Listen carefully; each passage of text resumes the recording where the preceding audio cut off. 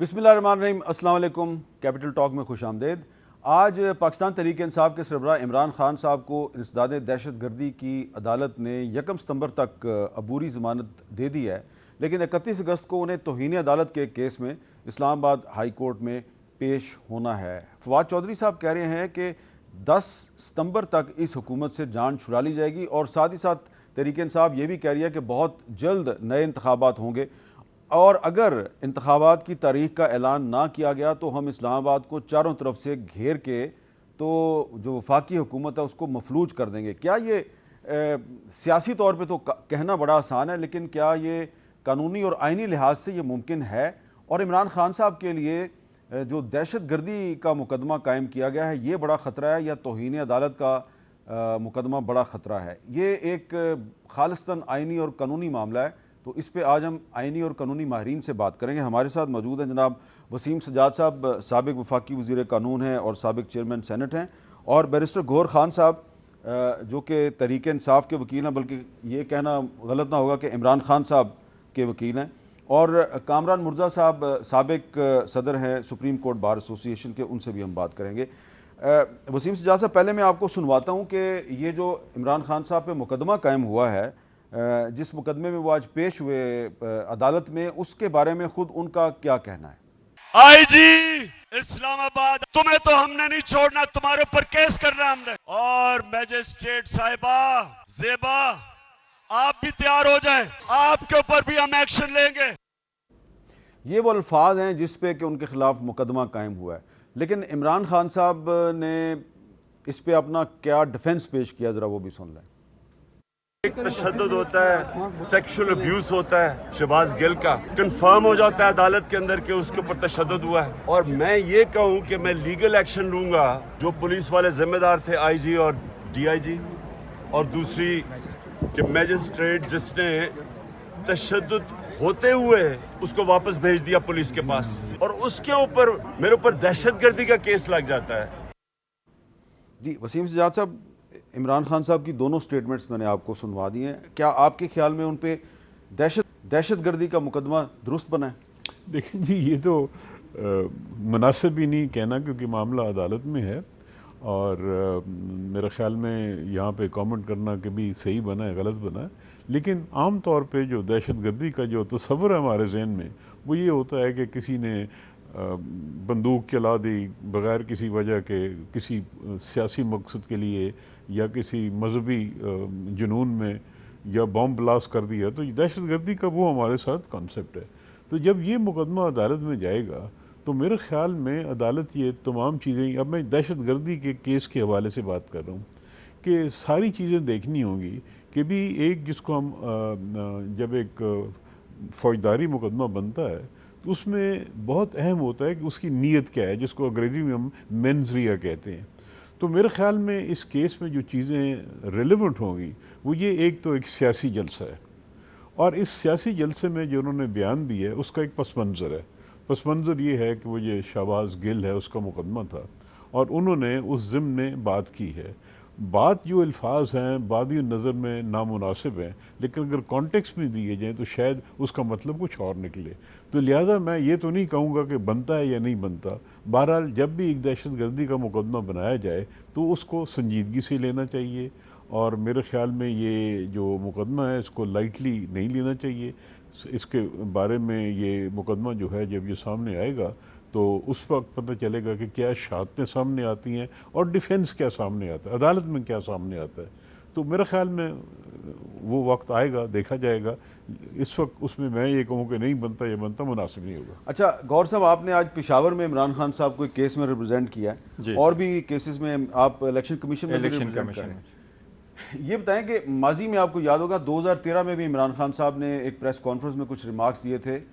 R Os کے بارے میں، ریٹرننگ آفیسرز کے بارے میں، اور اوورآل جوڈیشری کے بارے میں کمنٹس پاس کیے تھے۔ انہوں نے کسی جج کا نام نہیں لیا تھا، لیکن ان کو کنٹیمپٹ کا نوٹس ملا تو انہوں نے معافی مانگی۔ اب ان کے کچھ وکلا جو ہیں وہ کہہ رہے ہیں کہ جی معافی مانگنے کی ضرورت نہیں ہے، اس کو ٹیکنیکلی دیکھتے ہیں۔ تو مقدمہ ویسے وسیم سجاد صاحب صحیح کہہ رہے ہیں کہ زیر سماعت ہے، لیکن ایز اے لیگل ایکسپرٹ آپ کا کیا خیال ہے، کیا ہونا چاہیے اس میں؟ حامد میر صاحب، جہاں تک اس تعلق ہے کنٹیمپٹ کا لا پاکستان میں کوئی اتنا خاص ڈیولپ نہیں ہوا ہے کہ کس کو کیا کرنا چاہیے، کیونکہ یہ ایک آئینی معاملہ ہوتا ہے۔ آرٹیکل 204 کے مطابق کورٹ کے پاس جورسڈکشن ہے، بس جس کیسز کا آپ ذکر کر رہے ہیں وہ سارے وہ کیسز تھے جو اعلیٰ عدلیہ سے ریلیٹڈ تھے، وہ سپریم کورٹ سے ریلیٹڈ ہے، ہائی کورٹ ریلیٹڈ نہیں تھے۔ یہ ایک معاملہ ہے جو سیشن جج سے ریلیٹڈ ہے اور ہائی کورٹ نے اس کا نوٹس لیا ہوا ہے خود، اور وہ نوٹس نہیں لیا ہوا under article 204 of the constitution, rather جو کنٹیمپٹ آرڈیننس ہے اس کے مطابق اس نے لیا ہے۔ تو کئی سارے ایسے کیسز آئے ایون ود رسپیکٹ ٹو اعلیٰ عدلیہ کہ وہ کئی سارے ایسے لوگ آئے کہ اس میں سپریم کورٹ نے اس میٹر کو ریزالو کیا تھا وداؤٹ فارمل اپالوجی، کیونکہ سپریم کورٹ نے ہمیشہ سے اس کا کانٹیکسٹ دیکھا تھا۔ میں آپ کو ایک 2-3 وقوع بتا دوں کیونکہ آپ کے ذہن میں ہوں گے۔ 2 وکلاء صاحبان کا بھی سپریم کورٹ میں ایسا واقعہ ہوا تھا۔ ایک وکیل صاحب، اگر میں نام نہ لے لوں آپ کی اجازت سے تو اچھا مناسب ہوگا، ایک وکیل صاحب نے میسج کیا تھا، ٹیکسٹ میسج کیا تھا، جواد خواجہ صاحب کے پاس گیا تھا میسج، جواد خواجہ نے اس کا برا منایا اور انہوں نے اس وقت کر دیا تھا، چیف جسٹس کو پٹ اپ کر لیا۔ دوسرے ایک وکیل صاحب ایسے ہی تھے جس کا جھگڑا ہی ہوا تھا، میں اس وقت کورٹ میں بھی موجود تھا، اور وہ بھی جواد خواجہ صاحب تھے، لیکن وہ بڑا دل رکھا کرتے تھے اور ان کا یہی کہنا ہوتا کہ عدلیہ ان چیزوں سے وہ جو ہم جو پرفارم کر رہے ہیں کنسٹیٹیوشن کے مطابق اس سے مرغوب ہم نہیں ہو جاتے، لہٰذا ہم ایکشن نہیں لیں گے۔ تو انہوں نے کنٹیمپٹ کی طرف وہ نہیں گئے اور نہ ان کو کہا کہ آپ اپالوجی رینڈر کریں، ویسے کئی سارے مرتبہ ہوا۔ اور سب سے بڑی بات اگر میں آپ کو نوٹس میں لے آؤں، 1974 میں جب ذوالفقار علی بھٹو صاحب نے نیب کے خلاف نیشنل عوامی پارٹی کے خلاف ریفرنس فائل کیا تو بھٹو صاحب نے اسپیچ کی، اسپیچ بڑی دھواں دار تھی اور اسپیچ لال پور میں کر لی، فیصل آباد میں، اور بھٹو صاحب نے کہا کہ میں نے تو بین لگا دیا، دہشت گرد تنظیم تو یہ ہے، کام تو سارا دشمنوں کے اشاروں پہ کرتے ہیں، بٹ اب ڈیسیجن اگر سپریم کورٹ نے ہمارے خلاف کر لیا تو عوام یہ نہیں مانے گی، میرا ڈیسیجن نہیں ہوگا اور جو بھی ذمہ داری ہوگی وہ سپریم کورٹ کے اوپر ہوگی۔ جسٹس ظہوری لاہی صاحب نے بیک دن ایک درخواست سپریم کورٹ میں دائر کرائی کہ آپ کے ساتھ یہ ہوا ہے اور یہ آپ کا کنٹیمپٹ بنا۔ بھٹو صاحب نے درخواست وہاں کوئی اپالوجی رینڈر نہیں کی، بس سپریم کورٹ نے خود آن اٹس اون کنسیڈر کر کے کہا کہ یہ ایک جلسے میں اسٹیٹمنٹ ہے، اچھا، اور we are not taken by this, اور لہٰذا بڑی مثال نکالی آپ نے 74 کی، اور وہ بھی بھٹو صاحب کی۔ کامران مرتضیٰ صاحب، آپ کے خیال میں یہ عمران خان صاحب کے خلاف جو دہشت گردی کا مقدمہ ہے یہ بڑا خطرہ ہے یا توہین عدالت کا مقدمہ بڑا خطرہ ہے؟ دونوں مقدمات کا تعلق ایک ہی واقعے سے، ایک ہی تقریر سے ہے۔ ایسا ہے کہ میں وسیم سجاد صاحب والے اس میں جو ہے نا تھوڑا سا اپنے آپ کو روکوں گا اس مقدمے کے حوالے سے یا اس معاملے کے حوالے سے بات کرنے پہ، مگر ساتھ ایک بات اور کہوں گا کہ کنٹیمپٹ کے معاملے میں جو ہے 2 چیزیں جو ہے نا خاص طور پہ دیکھی جاتی ہیں۔ ایک کہ کنٹیمنر جو ہے یا جس پہ جو الیجلی جس نے کنٹیمپٹ کی ہے اس نے یہ پہلی دفعہ کیا ہے یا اس سے پہلے بھی اس کے 2-4-6 ایسے کوئی اوکیزنز پہ اسی طرح کی بات کر چکا ہے، ایک بات۔ اور دوسری کہ کوئی اس میں پریسیڈنٹ سیٹ ہو چکے ہیں اسی طرح کی سپیچز پہ۔ میں آپ کے سامنے جو ہے نا وہ مثال دوں گا طلال چودھری والی، دانیال عزیز والی، نہال ہاشمی والی، اور ان سپیچز کو اور اس سپیچ کو اگر سامنے رکھا جائے، دونوں کے ویژول چلائے جائیں تو دونوں میں سے جو ہے نا وہ کس میں جو ہے نا وہ شدت زیادہ ہے، تو اس کے بعد جو ہے پھر عدالت نے فیصلہ کرنا ہے، کیونکہ سپریم کورٹ کا فیصلے بلکہ میرے بھائی گور نے جو ہے وہ آپ کو جو مثالیں دی ہیں وہ جج صاحب جواد خواجہ صاحب والی اور وکیل صاحب والی اور بھٹو صاحب والی، وہ پرانی ہے تھوڑی سی، یہ ریسنٹ ہے، تقریباً نئی ہے، آپ اس کو کہہ سکتے ہیں کہ تقریباً نہیں ہے، طلال چودھری صاحب والی، دانیال عزیز والی، نہال ہاشمی والی اور اس طرح سے۔ تو اس میں جو ہے نا وہ ویژول نکالیے گا، آپ بھی دیکھیے گا، ہم بھی دیکھیں گے، اور وہ فیصلے یقیناً سپریم کورٹ کے ریویو بھی اس میں ڈسمس ہوئے ہیں، تو میرا خیال ہے کہ پریزیڈنٹ جو ہے نا کسی اور طرف جاتا۔ اچھا چلیں، اب ایک اور معاملہ یہ ہے کہ عمران خان صاحب کو ڈسکوالیفیکیشن کا بھی خطرہ نظر آ رہا ہے، ان کے اپنے الفاظ کیا ہیں، ذرا سنیں۔ اب فیصلہ کیا ہے کہ کسی طرح عمران خان کو ٹیکنیکل ناک آؤٹ کیا جائے، کسی طرح ڈسکوالیفائی کر دیا جائے، دہشت گرد بنا دیا جائے، کنٹیمپٹ میں کسی طرح شکست دی جائے۔ میرا چیلنج ہے ان سب کو، جو مرضی کرنا چاہتے ہیں کریں، اب یہ حقیقی آزادی کی تحریک کو کوئی روک نہیں سکتا۔ اور اس کے لیے ان کے پاس حکمت عملی کیا ہے کہ وہ اگر ان کو ڈسکوالیفائی کیا جاتا ہے یا گرفتار کیا جاتا ہے یا ان کے الفاظ میں ٹیکنیکل ناک آؤٹ کیا جاتا ہے تو اس کے خلاف ان کی حکمت عملی کیا ہے؟ یہ ہے بڑی انٹرسٹنگ، جس پہ کہ آئینی اور قانونی سوال اٹھتا ہے. ذرا سنیں وہ کیا کہہ رہے ہیں. میں وقت دے رہا ہوں اس امپورٹنٹ حکومت کو کہ آپ ابھی بھی الیکشن اناؤنس کریں، نہیں تو میں اپنی ساری عوام میں نکلا ہوں، میں کال دوں گا اور وہ آخری کال ہوگی. میری کال جب آئے گی تو چاروں طرف سے اسلام آباد کی طرف لوگ نکلیں گے. شہباز شریف کی چھوٹی سی جو اسلام آباد کی حکومت ہے اس کو روک سکیں گے اور نہ یہ جو ڈاکو زرداری ہے یہ روک سکے گا. اور اس کی مزید وضاحت جو ہے وہ تحریک انصاف کے ایک رہنما علی امین گنڈاپور کے اس بیان سے ہوتی ہے، جس میں کہ وہ کہہ رہے ہیں کہ میں عمران خان کی گرفتاری کی احمقانہ سوچ رکھنے والوں کو خبردار کرتا ہوں کہ اگر انہوں نے ایسی کوشش کی تو ہم عوامی طاقت سے اسلام آباد کو ٹیک اوور کر لیں گے، اور پولیس بھی یہ جان لے کہ اگر وہ اس غلیظ شرارت کا فریق بنے تو ہم انہیں پی ڈی ایم کارکنوں کی طرح ڈیل کرنے پر مجبور ہو جائیں گے. وسیم سجاد صاحب، کیا دو صوبوں کی حکومتیں مل کر اسلام آباد پہ حملہ کر سکتی ہیں اور اسلام آباد کو ٹیک اوور کرنا؟ یہ سیاسی بیان تو ہو سکتا ہے، کیا یہ عملی طور پہ آپ کو ممکن نظر آتا ہے؟ جی پہلے جی میں تھوڑا سا اس پہ عرض کرنا چاہتا ہوں کہ یہ جو مقدمات بنے ہوئے ہیں عمران خان صاحب پہ، اس وقت 3 میجر مقدمات ہیں. ایک توشہ خانہ کیس ہے، ایک یہ دہشت گردی کا کیس ہے، اور تیسرا توہین عدالت کا کیس ہے. میرے خیال میں ان میں سے سب سے زیادہ جو توجہ طلب یا سنگین جس کے نتائج ہو سکتے ہیں وہ کنٹیمپٹ کا کیس ہے. اچھا. اور دہشت گردی والا کیس بھی میرے خیال میں اگر سارے واقعات کو دیکھا جائے تو شاید وہ فرق نکلے. توشہ خانہ کیس بھی میرے خیال میں اتنا شاید سنجیدہ نہ بنے. لیکن یہ جو کنٹیمپٹ کا کیس ہے اس میں ایک تو یہ ہے کہ لوور عدالت یعنی ہائی کورٹ سے سبارڈنیٹ عدالت کا اگر کنٹیمپٹ ہو تو یہ ہائی کورٹ کی ذمہ داری بنتی ہے کہ اس کی وقار کو، اس کی ڈگنیٹی کو اپ ہولڈ کرنے کے لیے کنٹیمپٹ کی پاور کا استعمال کیا جائے. تو ہائی کورٹ نے یہی کیا ہے کہ لوور کورٹ کے بارے میں ایک بیان آیا اور بغیر کسی درخواست کے سو موٹو تمام ججز نے متفقہ طور پہ فیصلہ کیا کہ ہم نے کنٹیمپٹ کی کارروائی کرنی ہے. اس کا مطلب یہ ہے کہ بادی النظر میں جج صاحبان کے ذہن میں یہ بات ہے کہ یہ اگر اس قسم کی چیز کو ہم نظر انداز کر دیں گے تو جوڈیشری جو ہے افیکٹ ہوگی، کام نہیں کر سکے گی. اور انہوں نے کہا بھی کہ اگر اس طرح کا رویہ ہم برداشت کریں گے تو پھر کوئی کام نہیں کر سکے گا. تو میرا خیال اس کو زیادہ سیریسلی لینا چاہیے. دوسرا یہ ہے جی کہ کیا صوبائی حکومتیں یلغار کر سکتی ہیں مرکز پہ؟ میرے خیال میں یہ آئین کے مطابق، قانون کے مطابق بالکل صریحاً غلط ہوگا. اور اگر ایسا کوئی وہ اقدام اٹھاتی ہیں تو میرے خیال میں حق بجانب ہوگی سینٹرل گورنمنٹ، فیڈرل گورنمنٹ کہ وہ کوئی اقدامات کرے، گورنرز رول لگائے، کچھ کرے، کیونکہ یہ آئین کے مطابق اس قسم کی کوئی سچویشن نہیں ہوتی کہ ایک صوبائی حکومت اپنی پولیس فورس استعمال کرتے ہوئے چڑھائی کر دے فیڈرل گورنمنٹ پہ. اس قسم کا تصور ہی نہیں ہے آئین میں. تو اگر کوئی اختلاف ہے صوبائی حکومت میں اور فیڈرل حکومت میں، اس کے طریقہ کار ہے، اس کا سپریم کورٹ میں بھی آپ جا سکتے ہیں، کونسل آف کامن انٹرسٹ میں بھی اس پہ بات ہو سکتی ہے، پارلیمنٹ میں بات ہو سکتی ہے. تو جو آئین ہے وہ ان راستوں کی حمایت کرتا ہے، لیکن یلغار یا اٹیک کرنا یہ تو میرے خیال کسی ملک کا آئین بھی اس کو برداشت نہیں کر سکتا. جی گور صاحب، آپ بطور ایک عمران خان صاحب کے وکیل کے،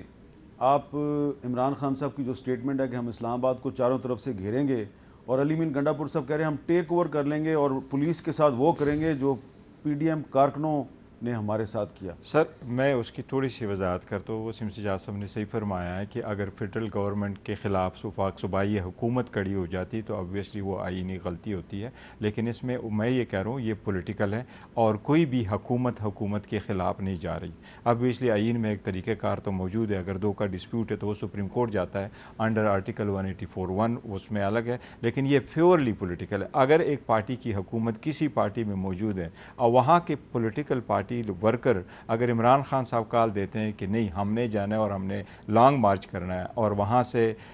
پیپلز پارٹی اس کے یہ جو پی ٹی آئی کے ورکرز ہیں وہ کے پی کے سے نکل رہے ہیں، وہ پنجاب سے نکل رہے ہیں، وہ گلگت بلتستان سے نکل رہے ہیں، اور وہ آزاد کشمیر سے نکل رہے ہیں، اور there is a reason for them to call کہ امپورٹڈ حکومت کو ختم کرے، تو اس میں آئین اور قانون کی کیا؟ یہ تو پولیٹیکل اسٹرگل ہے، پہلے بھی ایسا ہوتا رہا ہے، لانگ مارچ پہلے بھی ہوتے ہیں، اور لانگ مارچ جب بھی ہو جاتا ہے وہ پروونس کے باؤنڈریز کو کراس کرتا ہے، کیونکہ ہمارے ہاں ایسا قانون نہیں ہے کہ آپ پروونشل باؤنڈریز کراس نہ کریں۔ تو یہ نہیں ہے کہ اگر میں پولیٹیکل ورکر ہوں، کبھی یہ آج تک کوئی سٹیٹمنٹ نہیں آئی کہ صوبے کی حکومت یہ الغار کرے گی، نہیں، حکومت کبھی نہیں کرے گی، نہ پہلے نہ کوئی ایسی سٹیٹمنٹ آئی ہے۔ اگر کوئی ہوا وہ پولیٹیکل ورکر ہوں گے جو عمران خان کے کال پہ آگے آئیں گے۔ نہیں، لیکن یہ بھی تو دیکھیں نا کہ فواد چودھری صاحب نے پرسوں یہ سٹیٹمنٹ دیا تھا کہ اپنی صوبائی حکومتوں پر واضح کر دوں، لوگوں نے ووٹ صرف وزیر بننے کے لیے نہیں دیے، عمران خان کی گرفتاری کی کوشش ہو، 25 مئی کے واقعات ہوں یا شہباز گل اور سیاسی کارکنوں کی گرفتاری اور ٹارچر، آپ نے ورکروں کو مایوس کیا ہے۔ ورکروں سر وہ صوبائی حکومتوں کو کہہ رہے ہیں، بالکل کہہ رہے ہیں، بالکل کہہ رہے ہیں، کیٹیگوریکلی کہا ہے اور صحیح کہا۔ اور میں آپ کو عرض کروں، پہلے بھی ایسے وقوع جب ہوئے تھے، خاص کر زرداری صاحب کے وقت میں، اور ایون یہ میٹر ہائی کورٹ اور سپریم کورٹ تک گئے تو انہوں نے کہا تھا کہ نہیں جی یہ آفیسز ایسے ہیں، یہ پولیٹیکل بھی ہے اور کنسٹیٹیوشنل آفیسز بھی ہے۔ اگر آپ اپنے پولیٹیکل ورکر کو منسٹر کو کہے کہ جی آپ اپنے پولیٹیکل پارٹی ورکر کو اگنور نہ کریں، ان کے وشز کے مطابق کرے، تو سارے لوگ یہی کرتے ہیں I am there because of this one, تو وہ پولیٹیکل ورکر کے حقوق اور ان کے جذبات کا خیال رکھنے کے لیے وہ کہہ رہے تھے۔ اچھا کامران مرزا صاحب، اگر مولانا فضل الرحمان صاحب جو ہیں وہ اسلام آباد لانگ مارچ کر سکتے ہیں اور اسلام آباد میں آ کے تو کئی دن تک دھرنا دے سکتے ہیں، اگر بلاول بھٹو زرداری صاحب کراچی سے لانگ مارچ کرتے ہیں، اسلام آباد آتے ہیں اور ڈی چوک میں جلسہ کرتے ہیں، تو کیا عمران خان صاحب کو وہ یہ سب کرنے کا حق نہیں ہے؟ بالکل دستور یہ حق دیتا ہے کہ وہ لانگ مارچ کر سکے، وہ کسی قسم کا احتجاج کر سکے، مگر جس جگہ تک جو ہے نا وہ عمران خان کی حکومت نے جمعیت کو روکا تھا، جمعیت علماء اسلام کو، اس جگہ سے آگے انہوں نے نہیں آنے دیا تھا، اور وہ طے ہو گیا تھا سپریم کورٹ میں، اور اس کے بعد بھی جو ہے نا سپریم کورٹ میں ان کی طرف سے سٹیٹمنٹ آ گئی تھی تھرو ڈاکٹر بابر امان، تو اس جگہ تک جو بھی آئے وہ سر آنکھوں کے اوپر اس کو جلسہ کرنے کا بھی حق ہے، اس کو لانگ مارچ کرنے کا بھی حق ہے۔ آپ ایک چیز کو اپریشیٹ کریں گے کہ جمعیت کے جتنے بھی مارچز تھے، آزادی مارچز یا وہ لانگ مارچ اس میں کسی ایک گملے کی ٹوٹنے کی بھی شکایت نہیں آئی، کسی کو کوئی تکلیف دینے کی شکایت نہیں آئی۔ تو اسی سٹینڈرڈ پہ جو ان کی گورنمنٹ میں جمعیت نے مینٹین کیا تھا، ان کو بھی یقیناً اجازت ہونی چاہیے، ہم اس کو سپورٹ کریں گے۔ اچھا، اس پہ آپ کچھ کہنا چاہتے ہیں وسیم سجاد صاحب؟ میں یہی کہنا چاہ رہا ہوں جی کہ یہ جو پیسفل پروٹیسٹ اگر کریں وہ تو قانون اس کی اجازت دیتا ہے، لیکن اگر یہ کہ جی ہم ٹیک اوور کر لیں گے، یہ میرے خیال میں کوئی آئین اجازت نہیں دیتا۔ اور اب تو سپریم کورٹ نے پچھلے دنوں جو فیصلہ کیا تھا کہ جی آپ ایک جگہ مقرر کر دیں، وہاں پہ پروٹیسٹ کریں، اور وہ میرے خیال انہوں نے کر بھی دی ہوئی ہے، اور ڈی چوک پہ آنا میرے خیال میں منع ہے، تو لہٰذا میرے خیال میں ان حدود کے اندر رہتے ہوئے اگر کوئی پیسفل پروٹیسٹ کرتا ہے وہ تو بالکل جائز ہے۔ ویسے تو اس وقت سیلاب کی وجہ سے پاکستان کے چاروں صوبے گلگت بلتستان اور آزاد کشمیر، وہاں پہ ایک غیر معمولی صورتحال ہے، جس کو یہ کہنا غلط نہ ہوگا کہ ایک ایمرجنسی کی صورتحال ہے۔ ضرورت اس بات کی ہے کہ تمام پولیٹیکل پارٹیز مل کر ایک دوسرے کے خلاف لانگ مارچ کرنے کی بجائے سیلاب کا مقابلہ کریں اور لوگوں کی مدد کریں، لیکن یہاں پہ ہمیں کوئی صورتحال مختلف نظر آتی ہے۔ اور آج تو مسلم لیگ نون کے 2 رہنماؤں نے ایک پریس کانفرنس کر دی ہے اپنی ہی حکومت کے وزیر خزانہ مفتاح اسماعیل کے خلاف۔ کیا وجہ ہے مفتاح اسماعیل صاحب کے خلاف انہوں نے یہ پریس کانفرنس کیوں کی ہے؟ اس پہ بات کرتے ہیں وقفے کے بعد۔